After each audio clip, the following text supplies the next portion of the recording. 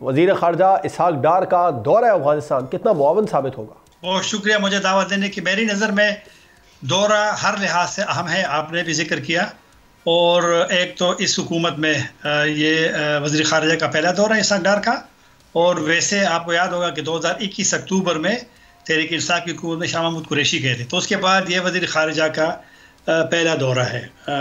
تو ویسے ہینا ربانی کر تو گئی تھی پی ڈی ایم کی حکومت میں، لیکن وزیر خارجہ تو اس لیے اہم ہے کہ اس دورے سے پہلے آپ کو یاد ہوگا چند دن پہلے پاکستان افغانستان کی جو ایک مشترکہ کوآرڈینیشن کمیٹی ہے، رابطہ، جس میں بارڈر کے ایشوز اور اس طرح یہ دہشت گردی کا اور شدت پسندی کا یہ ایشو ہوتے ہیں، اس کا اجلاس ہوا.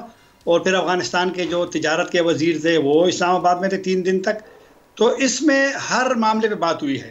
لیکن میری معلومات ہے کہ جب باضابطہ مذاکرات ہو رہے تھے کابل میں آج، تو اس مذاکرات سے پہلے پاکستانی وزیر خارجہ، نائب وزیر اعظم کی افغانستان کے جو وزیر خارجہ ہے امیر خان متقی کے ساتھ جو ایک 1-to-1 ملاقات ہوئے، اس میں پاکستان نے ٹی ٹی پی کا مسئلہ اٹھایا ہے، کیونکہ پاکستان کا یہی موقف ہے کہ ٹی ٹی پی اور دیگر پاکستانی گروپس کے جو معاملہ ہے، یہی پاکستان اور افغانستان کی حکومت کے درمیان تعلقات میں بہت بڑی رکاوٹ ہے اور یہ ایک وجہ ہے.